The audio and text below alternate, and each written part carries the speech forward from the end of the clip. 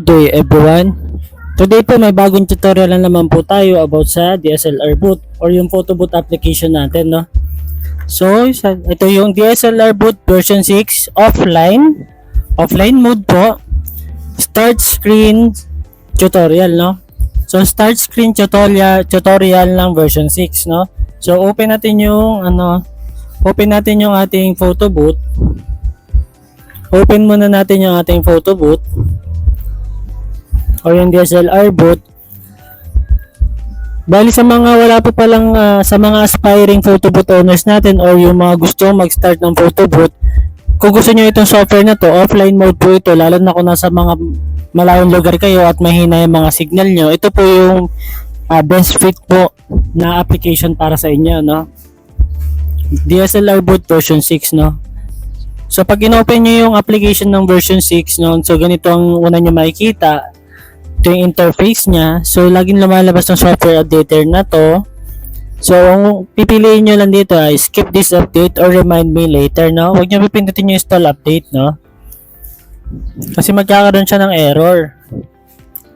So remind me later, skip update lang, no? Then launch natin yung program, no? So napapansin nyo, mababasa nyo agad kung ano yung topic natin, start screen tutorial, no?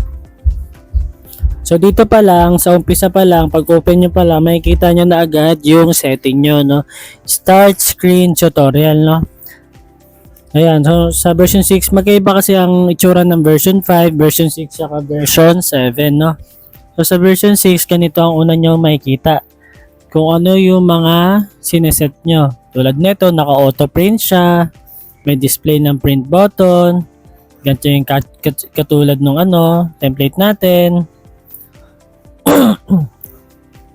Naka-sharing tayo sa email.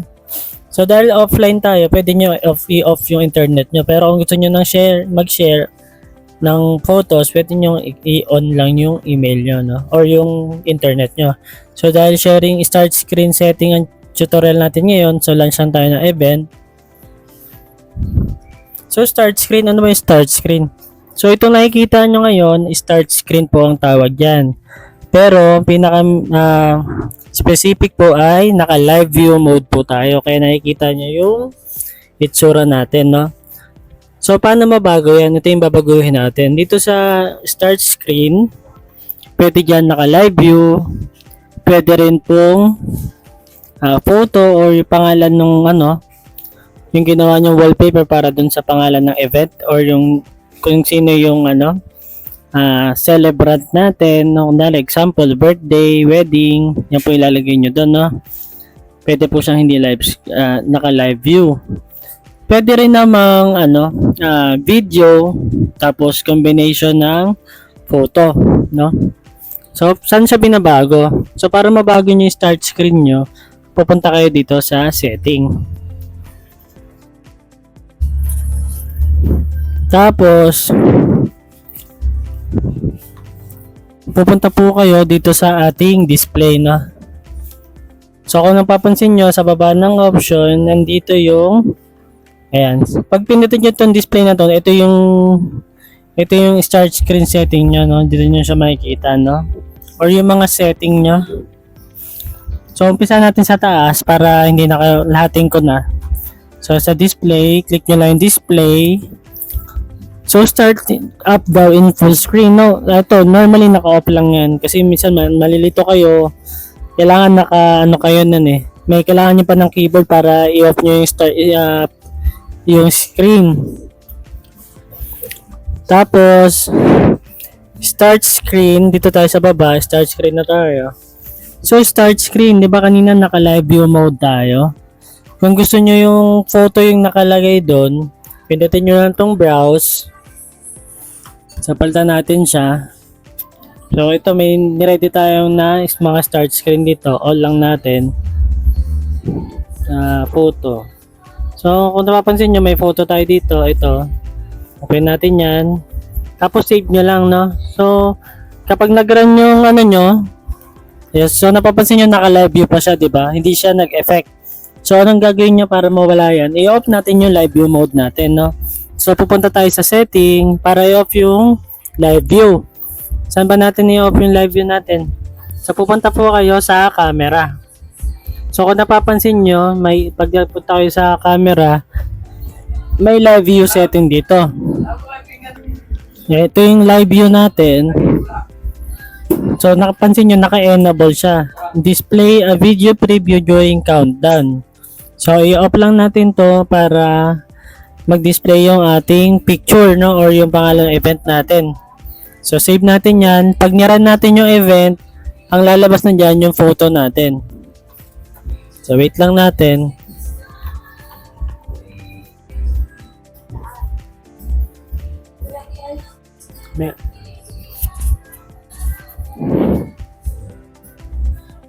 So palitan natin yung image natin. So ayaw niyan, baka malaki masyado.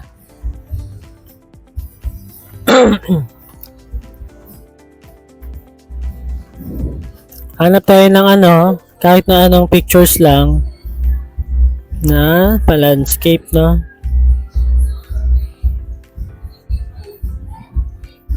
So ito na lang, pwede na to. So save lang natin. Tignan natin kung gagana siya. So ayaw niyan lumabas, no?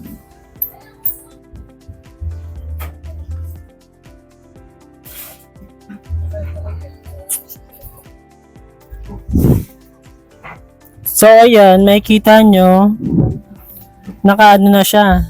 Nasa screen na natin siya, or nasa start screen na natin yung picture natin, no? Ulitin ko lang kung paano natin ginawa to. Kailangan pupunta kayo sa setting, tapos pupunta kayo sa display.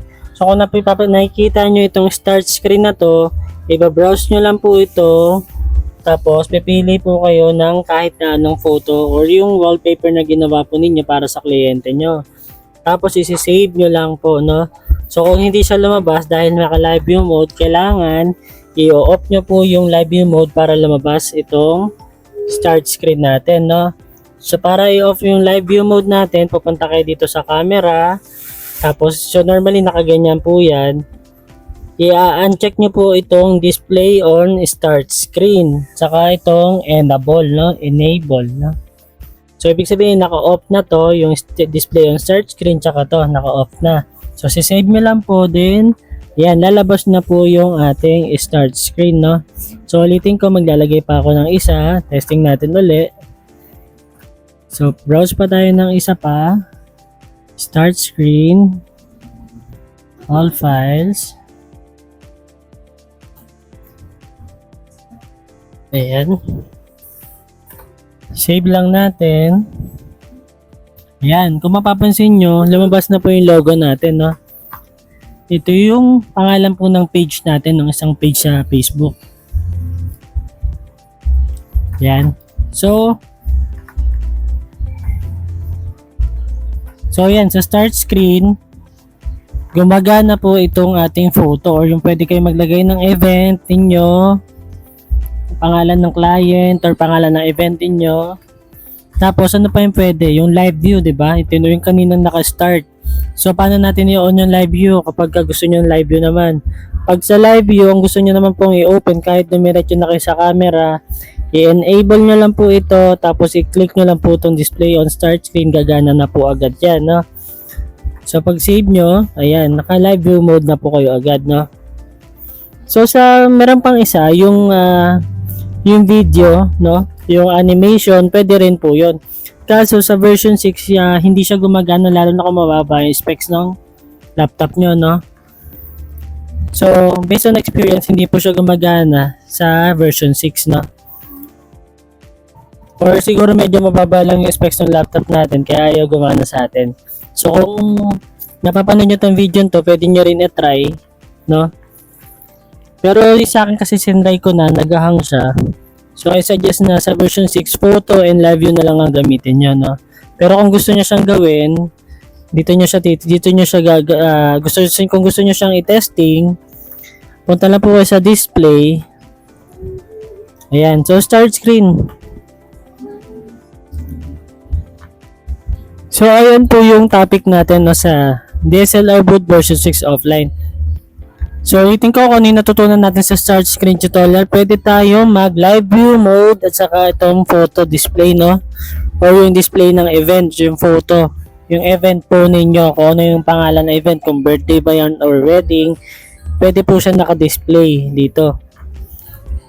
So, pwede rin ang video, itry nyo kasi dito sa laptop ko siguro mababa kaya ayaw niyang gumana. Ayan, no? So, ayan, kung nagustuhan nyo po yung video natin, please like and subscribe na lang po sa YouTube channel natin. No? Thanks for watching!